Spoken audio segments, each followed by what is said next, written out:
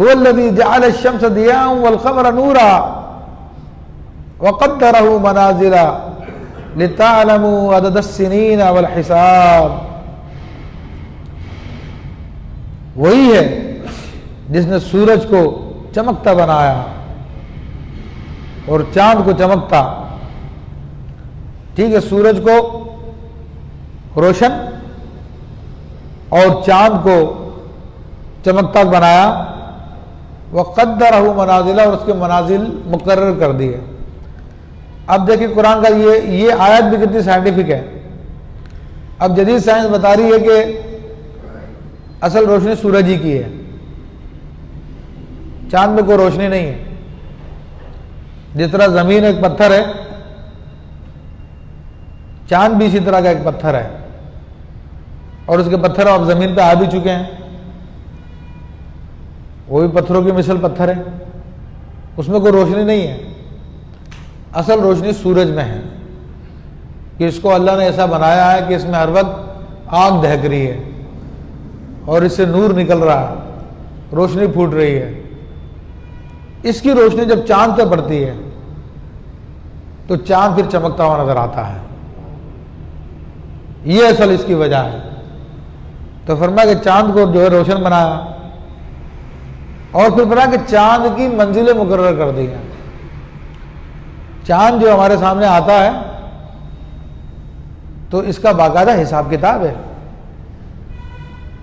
28 اس کی منازل ہوتی ہے اور ہر روز ایک منزل طے کرتا ہے، اور ہر منزل کا نام ہے اس کا. اور ایک مہینے کے اندر اپنا ایک دورہ پورا کرتا ہے 28 دن میں. تو 29ویں دن 30ویں دن ہمیں پھر نظر آ جاتا ہے. تو اللہ فرما رہا کہ ہم نے اس کی منزلیں مقرر کر دی ہے. کیوں مقرر کی؟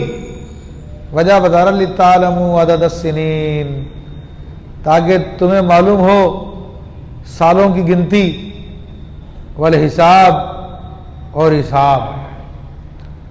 تو چاند کا اصل مقصد پیدا کرنے کا یہاں پہ جو بتایا گیا، اصل کیا ایک مقصد یہ بھی ہے کہ ہم اپنے دنوں کو اور اپنے مہینوں کو اور اپنے سالوں کو اس سے کیلکولیٹ کریں.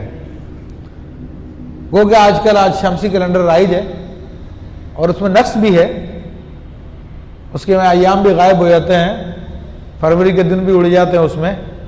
لیکن اس کے باوجود چونکہ ہم لوگ ہمارے حکمران غلامانہ ذہنیت کے لوگ ہیں تو اس لیے وہ اسی سلسلے طریقے کو فالو کرتے ہیں، اور اپنے حکومت کا نظام بھی اسی سلسلے پہ انہوں نے چلایا ہوا شمسی طریقے سے. ورنہ قرآن تو کہہ رہا کہ چاند تمہارے لیے بنا ہے اس کام کے لیے، تاکہ تم سالوں کی گنتی کر سکو اور حساب کر سکو. تو یہ اصل طریقہ ہے. وہ کہ دوسرا طریقہ ناجائز نہیں ہے، لیکن اصل طریقہ یہی ہے. پھر چاند کا میں نے کہا یہ ایک مقصد ہے، ورنہ چاند کے بڑے مقاصد ہیں جس کا ہمیں اندازہ نہیں ہے. آپ کو معلوم ہونا چاہیے کہ پھل جو ہے پکتا سورج کے ساتھ ہے، لیکن پھلوں میں مٹھاس جو چاند کی روشنی سے ہوتی ہے. تو بڑے اس کے معاملات ہیں. سمندر کا مد و جزر پیدا ہوتا ہے، وہ بھی جدید سائنس کہتی ہے کہ چاند کی وجہ سے پیدا ہوتا ہے. تو بہرحال ہمیں اس کا اندازہ نہیں ہے، لیکن اللہ کی ہر کام میں بے شمار حکمتیں ہیں. تو بتا رہے تو وہ ذات ہے کہ جس نے سورج بھی بنایا، جس نے چاند بھی بنایا. اور تم جن بتوں کے چکر میں محمد رسول اللہ صلی اللہ علیہ وسلم کی رسالت کا انکار کر رہے ہو، ذرا بتاؤ تو صحیح انہوں نے کیا بنایا. غور کی دعوت ہے، فکر کی دعوت ہے. لیکن اکثر لوگ غور نہیں کرتے، فکر نہیں کرتے. اپنے تعصب کی وجہ سے، اپنے نفسانی خواہشات کی وجہ سے وہ پھر اسی طرح میل کر جاتے ہیں جہاں پہ ان کی خواہشات لگی ہوتی ہیں.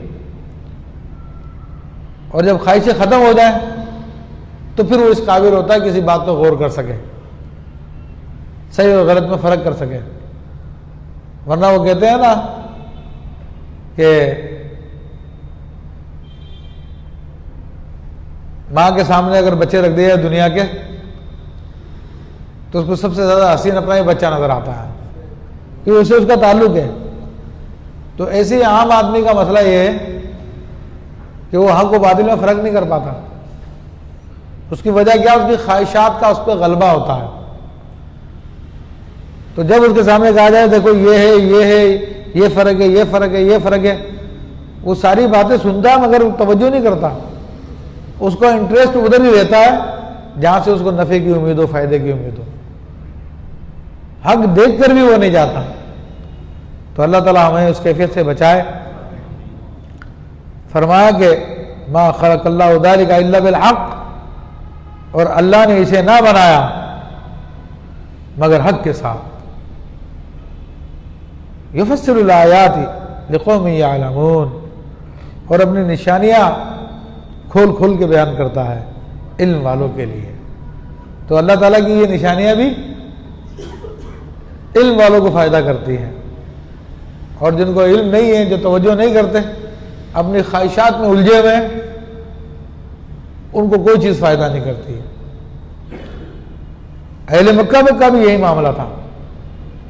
ان میں بھی اکثر لوگ اپنی خواہشات میں الجھے ہوئے تھے، لوگوں کے مفادات وابستہ تھے اپنے سرداروں کے ساتھ، اور سرداروں کے مفادات اس بات میں تھے کہ محمد رسول اللہ صلی اللہ علیہ وسلم کو نہ مانا جائے، کیونکہ اگر ان کو ہم مان لیں گے تو پھر ہماری سرداری چلی جائے گی.